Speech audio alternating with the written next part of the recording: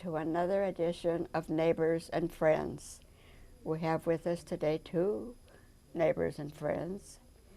At my far right, Janelle Rettig and Robin Butler. And we have known you here in Iowa City and the county for quite a long while now. What brought you to Iowa? Where were you from, and what brought you here? I grew up in Illinois in a small town called Dallas City, which is right along the Mississippi River, on the bluffs of the Mississippi, and ended up going to college at Knox College in Galesburg, Illinois, where I met Robin. And we eventually came here to go to graduate school. And so we've been here full-time since 1990. That is quite some time. Yeah. And I actually grew up in Houston, Texas. So I'm the city girl. She's the small city girl. I'm the big city girl.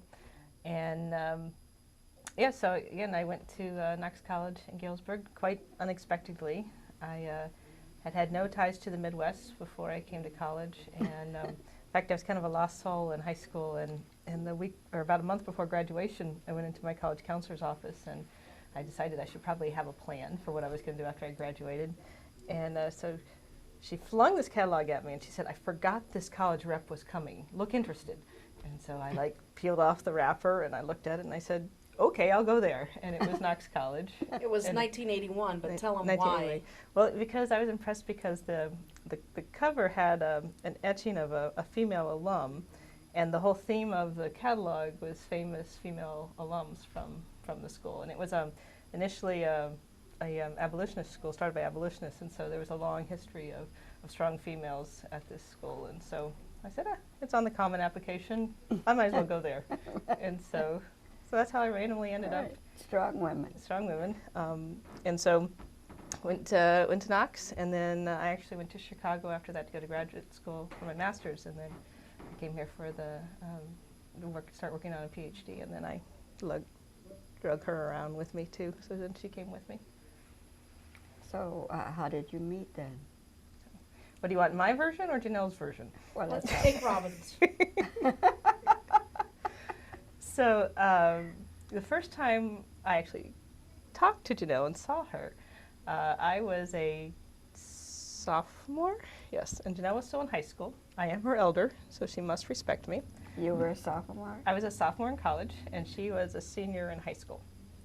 And I had gone with some friends to a school in Galesburg, Carl Sandburg Junior College, and there was a volleyball tournament.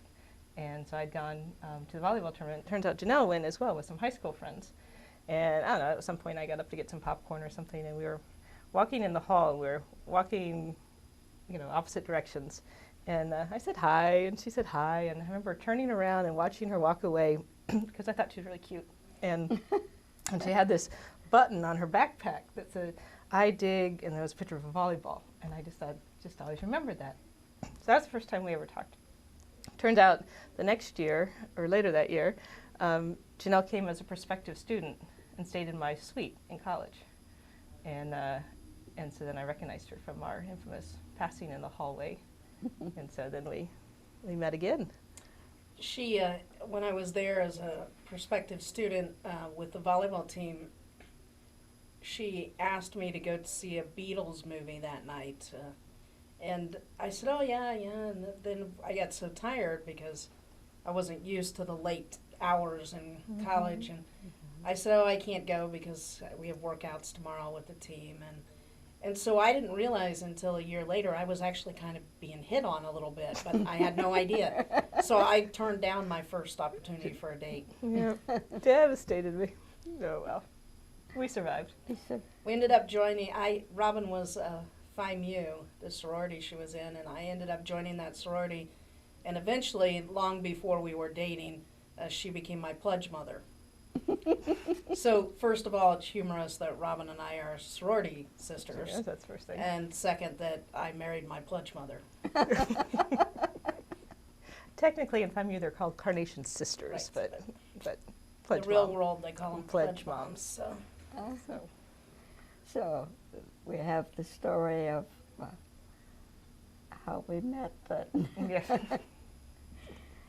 And Robin was, I always say she broke my heart for 4 years because she was not ready to settle down. And so on and off through the rest of my college career and the first year out of college, we dated on and off before we decided we were a couple and considered ourselves marriage.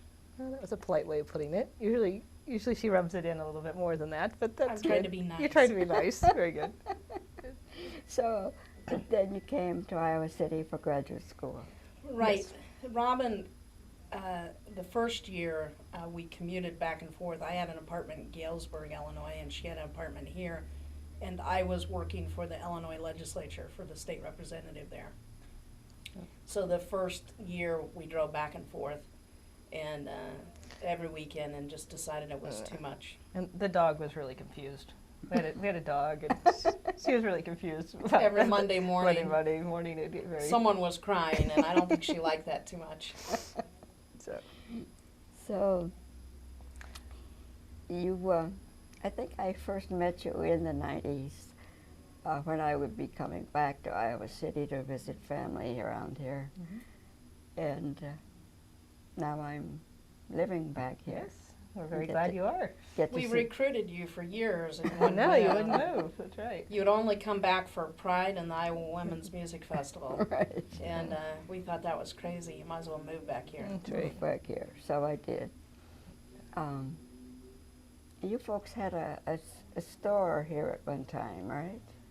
We did. So, even though I came here from graduate school, I decided that just wasn't for me. So I moved on, and I was the curator for the Johnson County Historical Society, and then Janelle worked for Congressman Jim Leach.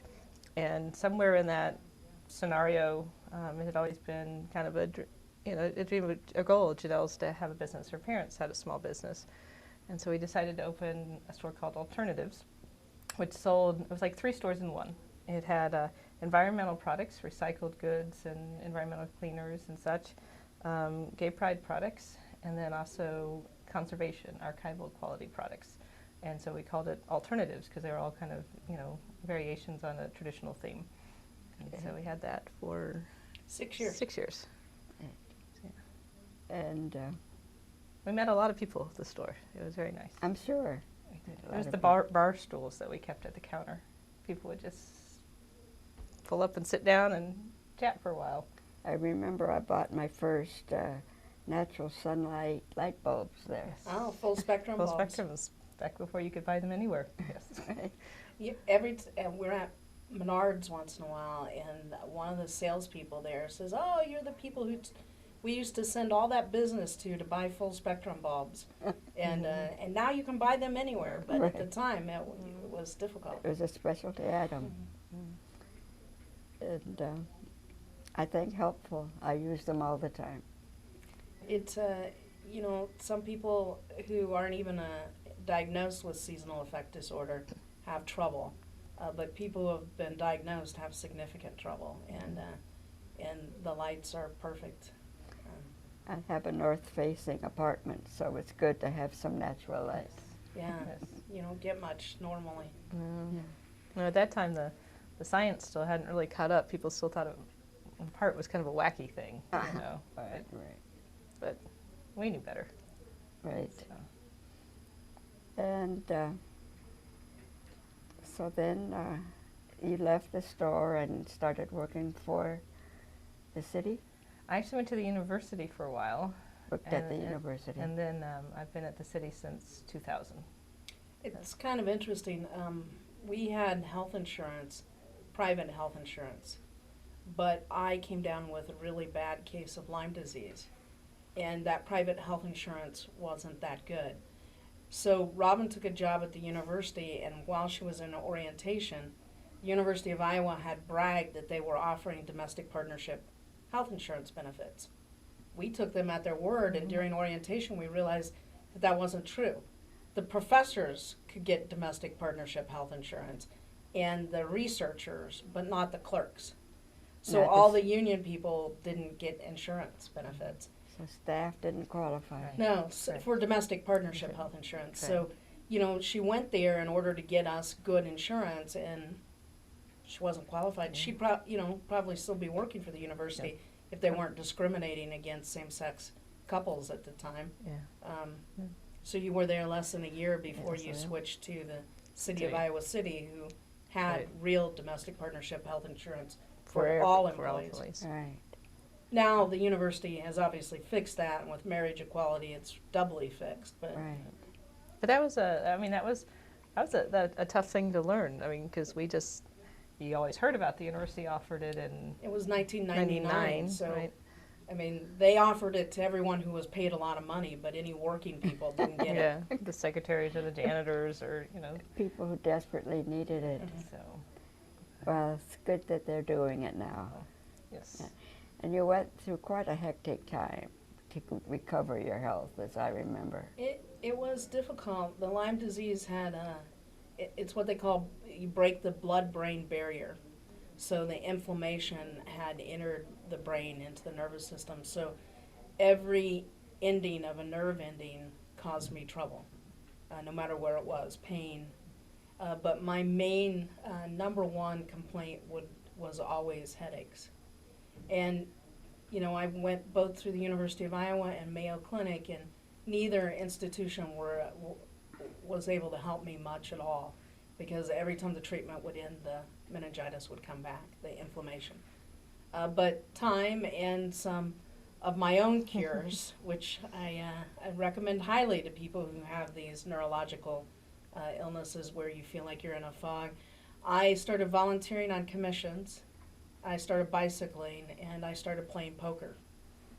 And, it was mental exercise, the physical exercise, and concentration and time were better cures for me than anything they were able to do for me.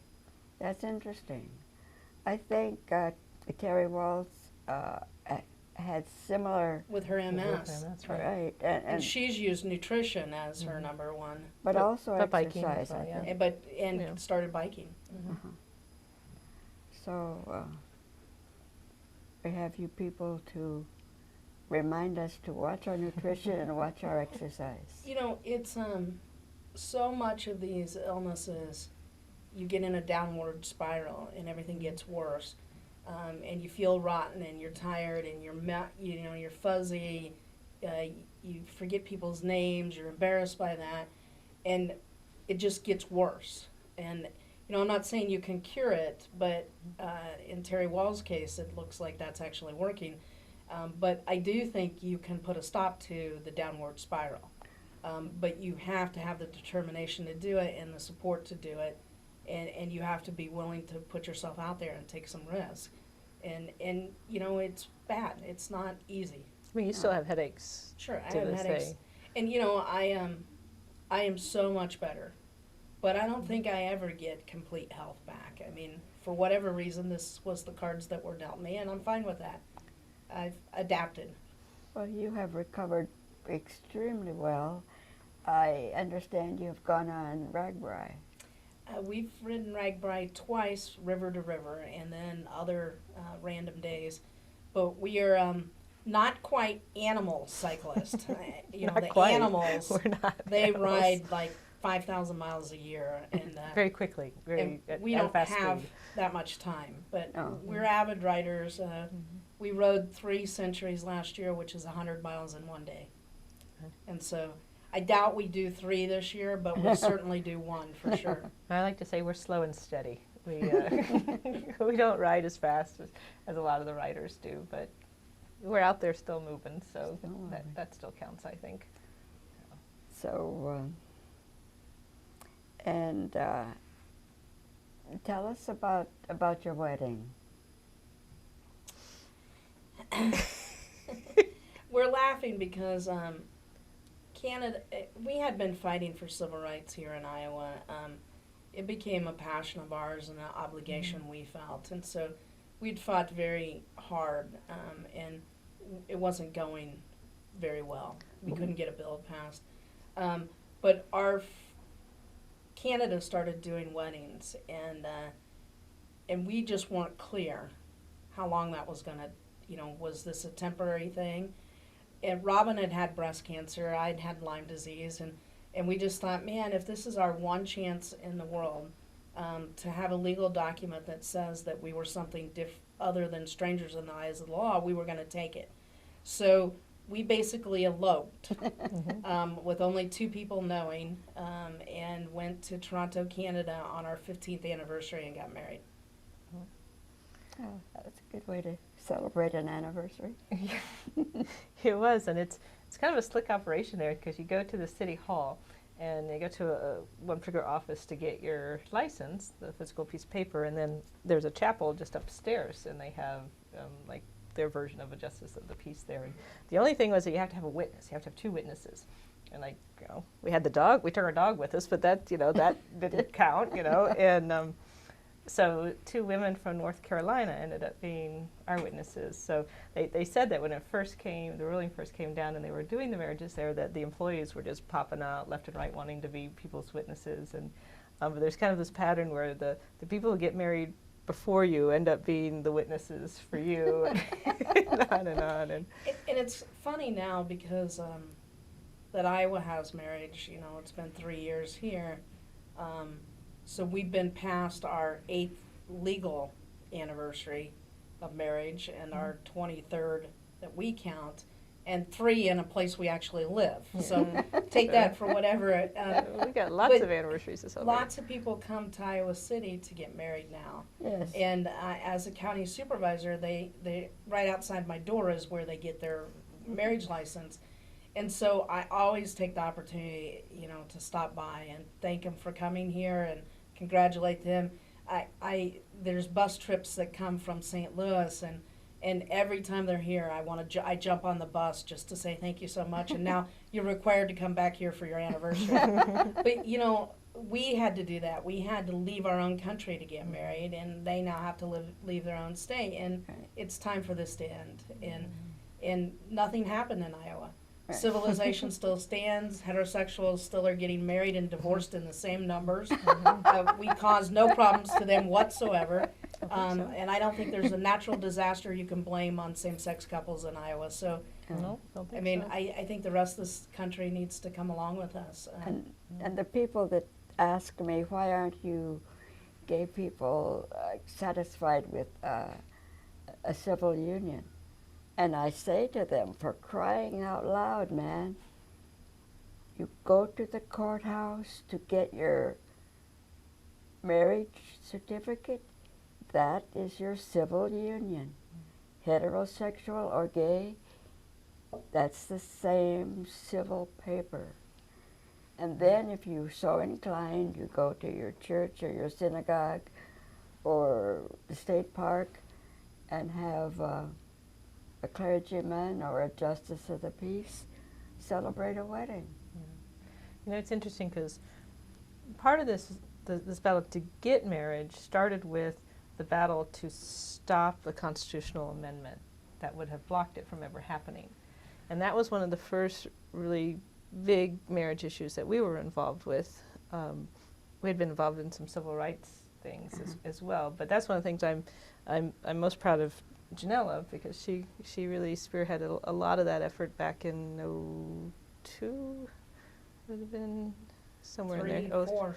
right in there, to stop a constitutional amendment from passing the Iowa legislature, which would have put an end to the whole thing before it even started. Right. And that was a big issue that came up at the time. Again, 10 years has made a huge difference in this argument and society in general, and having to explain to people the difference between a civil marriage and a religious aspect of the marriage was huge at that time, and cost us a lot of grief at the time, actually. I have absolutely no problem if the government wants to get out of the word marriage.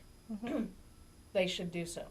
But it should be equal across the board, because separate but equal has never been equal. I mean, separate but equal has always been unequal to the unfavored people at that time. And so, if the government wants out of it, get out of it.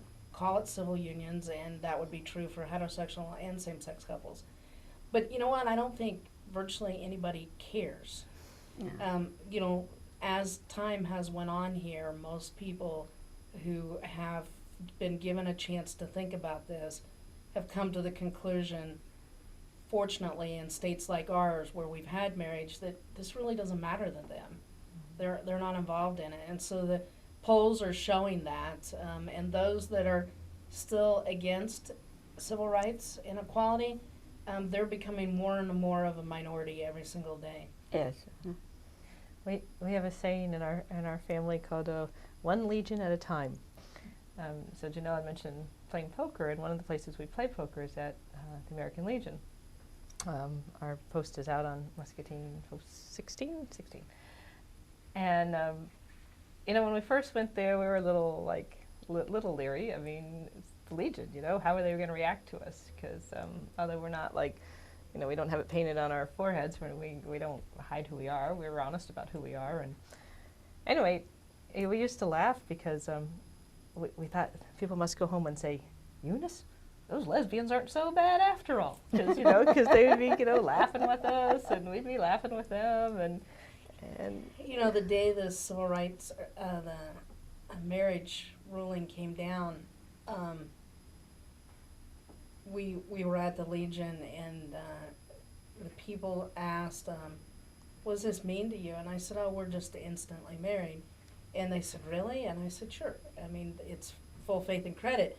But they were high-fiving us and giving us hugs. And a few years before, we were afraid to walk into a Legion because we just didn't want to make them uncomfortable, and we didn't want to be uncomfortable. Right. And that's what happens. When people know gay and lesbian couples, they stop being so concerned about their marriage. And, right. You mentioned the Vatican. I saw a Twitter the other day, a tweet is what they're called, and from someone who's an elected official in this county, who said, it seems like the Vatican and the Pope are more concerned about gay sex than gays and lesbians are concerned about sex. And I just thought I was laughing because I think that's absolutely true. I mean, the actual sexual orientation, the sex part of that is such a minor part of who you are, but they're obsessed with it. And I just thought it was a classic tweet. Right, as if your togetherness doesn't mean that you support each other in sickness and health. You look out for each other. 24 hours a day, and sex is just once in a while. Yeah, not nearly enough. Not nearly enough. That's right. Enough. But it's not a 24-hour day thing, and the heterosexual people can just stop worrying. Well, you asked about our wedding earlier, and in that kind of the traditional part of the little spiel that the Justice of the Peace did, when he got to the sickness and health line, we both just started laughing because we had both kind of already been through that, and so not life-threatening health issues, but serious enough. Extremely serious. Robin's cancer was early, and but it scared us, and my Lyme disease wasn't curing. And so we started laughing. The guy just looked at us like, I don't think you're supposed to laugh in here. What we did, though, is we came home and had a wedding reception. And, it still is causing trouble because my parents refused to come to the wedding reception. Oh, I'm sorry to hear that. And Robin's father pretty much ignored it until he was peer pressured by the other daughter. And so, these scars that you have because of family relationships are much harder than the scars you have from society, period. I mean, they can blog about me until they're blue in the face, but the ones from family hurt a lot more. So, so even us, we all face these family problems, and in what would be considered a very progressive, supportive family, people are shocked to know that. Yeah. I remember once years ago, I went to, and this was before marriage was legal, but the UCC people were offering wedding blessings anyhow. And I heard about one, and I went. Didn't know the kids at all. They were just girls to me.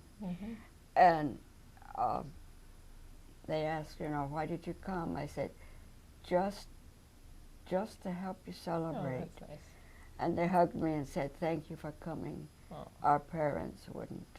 Aww. And you know, Gives me it's, goosebumps. it's really sad, Mhm.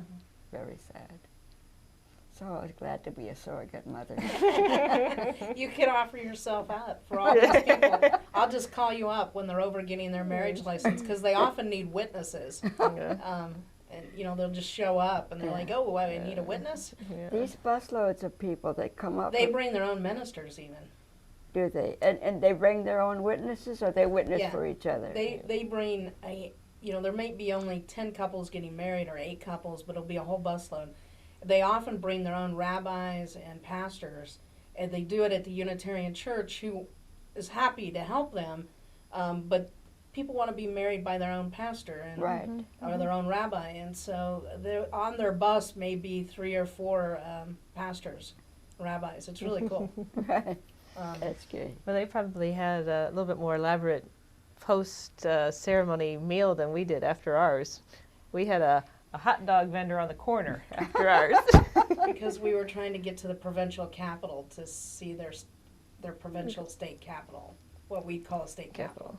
And it closed at a certain time. So we rushed through the wedding, and I said, "Hey, we can still make the provincial capital." And Robin's like, "Great, but I'm starving." So we bought a hot dog from a street vendor as our romantic post-wedding meal.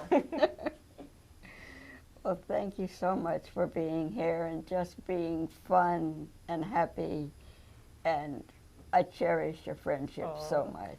Elsie, you are an icon in this county, and it's our pleasure to do whatever you want us to do. And thank you so much for moving back here and being part of the senior center, Shaking or it now up. the center, and shaking things up.